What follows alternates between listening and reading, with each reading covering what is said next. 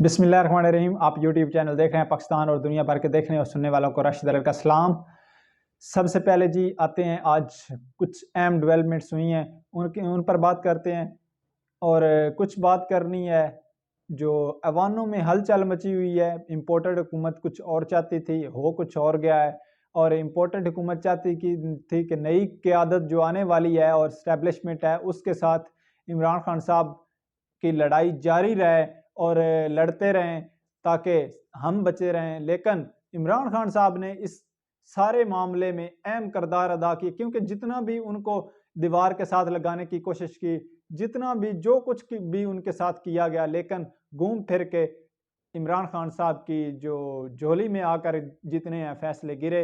और उन्होंने तमाम फैसले, आप पिछले उनके वजीरों के सुन भी चुके होंगे बयान कि अब इमरान खान साहब और सदर ने तय करना है तो वो क्या करते हैं। वो सारा कुछ बयान मुख्तलिफ वजीरों ने दिए और इससे साबित होता है कि इमरान खान साहब को जितना भी सिस्टम से आउट किया जाए, लेकिन ये इमरान खान साहब सिस्टम का अब हिस्सा होना ज़रूरी हो गए हैं। उनके लिए वो ज़रूरी हो गए हैं कि वो सिस्टम का हिस्सा हो, लाजमी करार दे दिया गया है और लाजमी है इस सारे सिस्टम का हिस्सा। वरना मेरे ख्याल से तो मेरा एनालिसिस के मुताबिक इमरान खान साहब से के बगैर ये पाकिस्तानी सियासत जो है वो नामुकम्मल है।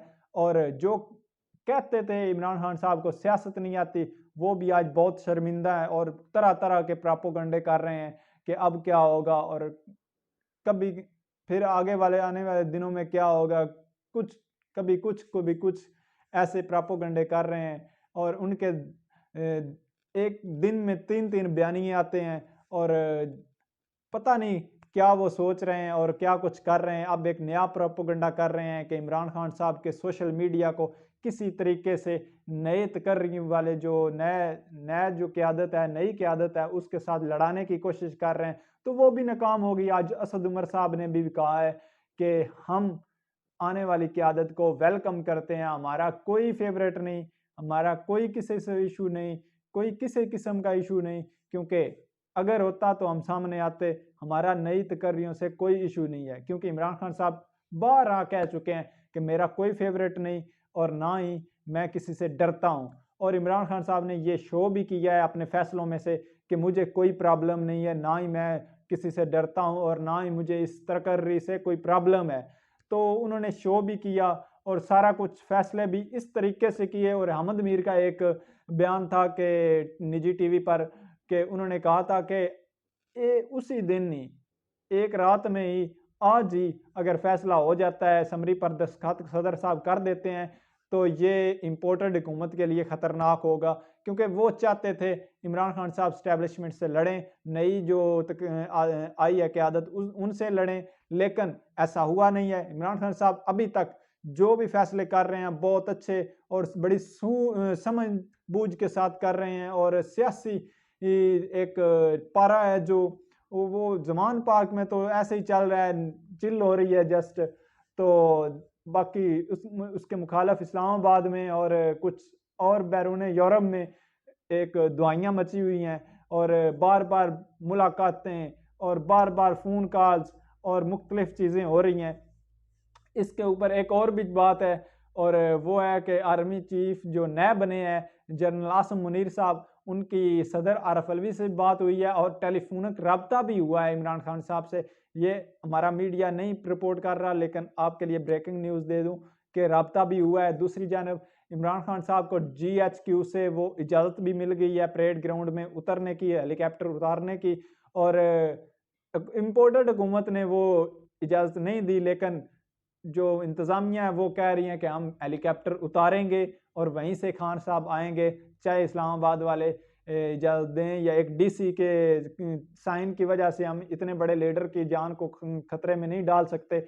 और एक इजाज़त दी है धरना करने के लिए, वो कुछ 50-60 जो शराइत हैं उनको रख कर दी है, लेकिन वो भी एक सरसरी सी है। मेरे ख्याल में से उनको अगर वो शराइत मिले, शराइत पूरी की जाए, तो वो फिर धरना या जलसा करने की ज़रूरत ही नहीं है। क्योंकि एक तो चीज़ है लाउड स्पीकर भी होंगे, रियासत के खिलाफ जो हैं वो नारे भी होंगे, सारा कुछ होगा, हर चीज़ चलेगी उसमें तो अगर हुकूमत के खिलाफ जो नहीं कुछ बोलना नहीं है, हुकूमत के खिलाफ नारे नहीं लगाने, तो हुकूमत के खिलाफ कोई भी चीज़ करनी नहीं है, तो फिर हुकूमत के खिलाफ ये धरना या जलसा कैसे हो सकता है? ये एक सोचने वाली बात है, इस तरह की चीज़ें चल रही हैं। दूसरी जानब एक और अहम डेवलपमेंट्स जो हैं वो इस तरह की हैं कि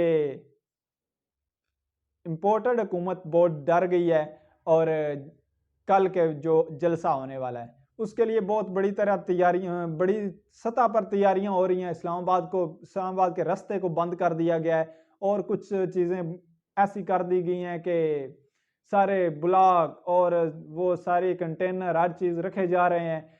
क्योंकि अभी तक खान साहब ने अपना लाएअमल दिया नहीं है। अभी तक तो उन्होंने कहा है कि फैज़ाबाद पहुंचे, कल 1 या 2 बजे फैज़ाबाद पहुंचे। तो मे भी हो सकता है खान साहब क्या करते हैं, जलसा ख़त्म कर देते हैं, वहीं ख़त्म ये सारी चीज़ कर देते हैं, या कोई धरना देते हैं, या फिर आगे वाला लाएअमल देते हैं कि तारीख जारी रहेगी कि क्या करना है। लेकिन कुछ चीज़ें ऐसी भी डेवलपमेंट्स आ रही हैं, कुछ बंदे कह रहे हैं कि अब हुकूमत जो है वो अब फँस गई है और जाने वाली है, और कुछ तैयारियां चल रही हैं नया सेटअप लाने के लिए। जो निगरान सेटअप है वो भी डिसाइड करने के लिए वो भी तैयारियां चल रही हैं, मुलाकातें हो रही हैं, सारी फ़ोन कॉल्स भी हो रही हैं। और नई क़यादत जो है वो भी चाहती है कि हमारे इदारे को मुतनाज़ ना बनाया जाए और अवाम के साथ जो अवाम कहती है वो उसके साथ चला जाए। क्योंकि रात को भी जब नई तैनातियां हो गई थी उसके बाद बड़ी तादाद में रावलपिंडी में लोग दिए लेकर सड़कों पर आ गए थे और इमरान खान साहब के हक में नारे लगाए, और जो नई तैनाती है और आज जनरल आसिम मुनीर के हक में नारे लगाए, और पाकिस्तान आर्मी के जिंदाबाद के नारे लगाए, और पाकिस्तान का मतलब क्या, ला इलाहा इल्लल्लाह के नारे लगाए, और फैसला अपना सुनाया कि हम किस तरफ हैं, हम क्या चाहते हैं, बस इलेक्शन चाहते हैं तो हमारी बात सुनी जाए। क्योंकि वो एक बंदे का मैं बयान सुन रहा था, उन्होंने बड़ी खूबसूरत बात की है, क्योंकि वो कह रहे थे आर्मी चीफ भी हम में से है, आर्मी चीफ भी हम में से है, जो न्याय तकर्री हुई है वो हम में से है, और वो हमारी क्यों नहीं बात सुनेगा, वो ज़रूर सुनेगा। तो वो भी अपना किरदार अदा करे, लेकिन अपनी इदारे के जो मफाद में रहकर वो अपना किरदार अदा करें। ऐसा ना करें कि जैसे पिछली मुतनाज़ा बना हुआ है इदारा, कि एक एक की साइड ना ले, लेकिन कुछ जो चाहते हैं अवाम उसकी साइड ले, कि अवाम के मफाद में फैसला करे, लिहाजा कोई सियासी फैसला ना करे। तो एक्सेप्ट भी यही किया जा रहा है। अब पीटीआई का आलामिया भी यही है कि हम एक्सेप्ट करते हैं, एक और खुशामदीद कहते हैं जनरल आसिम मुनीर को, और हमें उम्मीद है कि वो चीज़ें सेटल करेंगे, और ये भी उम्मीद है कि वो आइंदा जो सियासत में सियासी फैसले कर रहे हैं, इसमें सियासत में या पीटीआई को दीवार से लगाने की कोशिश नहीं करेंगे और चीज़ें रुक जाएंगी जैसा भी होगा। और एक और अच्छी डेवलपमेंट ये है कि जो अनासर थे, गंदी मछलियां थी, उनकी चेंजिंग की जा रही है, टीम की चेंजिंग की जा रही है। जो मुतनाज़ा लोग थे उनको ओहदों से बरतरफ भी किया जा रहा है और चेंज भी किया जा रहा है, और उनसे वो सारे इख्तियारात लिए जा रहे हैं कि बस करो भाई, अब जो हो गया बस हो गया, अब छोड़ो, अब इदारे को चलने दो। क्योंकि नए लोग हैं और नई तैनातियां हैं और नई क़यादत है, उसने अपने अपने ऊपर भी जो चीज़ें, अपने ऊपर अवाम का इत्मीनान है वो भी बहाल रखना है, इदारे के ऊपर भी जो है वो भी बहाल रखना है, इदारे को एक अच्छी सिमत पे लेकर चलना है। तो ये ज़रूरी था, और कल वाला जो दिन है वो बहुत इम्पोर्टेंट है, बहुत ज़्यादा अहम है, क्योंकि कल वाले दिन में कुछ अहम चीज़ें होने जा रही हैं। मैंने पहले भी बताया था एक सरप्राइज़ आ रहा है इमरान खान साहब का, तो वो 26 से पहले सरप्राइज़ आ रहा था, वो भी आपको बताता हूँ कि वो क्या है। और कल वाला दिन बहुत इम्पोर्टेंट है, इसमें चीज़ें बहुत सारी सेटल होने वाली हैं, और कल वाले जो मार्च है या कल वाला जो धरना है, जलसा है, उसका बहुत बड़ा खौफ है इम्पोर्टेड हुकूमत पर। और इम्पोर्टेड हुकूमत जो है वो वज़ीर आज़म जो है, इम्पोर्टेड वज़ीर आज़म वो तुर्की गया हुआ है और तुर्की से ही वो कॉलें कर रहा है, ऐसा करो, किसी तरह से बातचीत करो। जान छुड़ाओ इमरान खान साहब से। लेकिन अब इस तरह से नहीं चलाएगा कि क्योंकि इमरान खान साहब का अपना कहना है कि जब आप अपने दुश्मन को जकड़ लो तो उस वक्त तक ना छोड़ो जब तक आपको कामयाबी नहीं मिल जाती। तो ये इमरान खान साहब का अपना कहना है और चीज़ें आप देख लो कब कैसे किस जानब जा रही हैं। लेकिन दूसरी जानब से GHQ से सिग्नल मिलना और उधर से इजाज़त मिल जाना कोई ये छोटी बात नहीं है।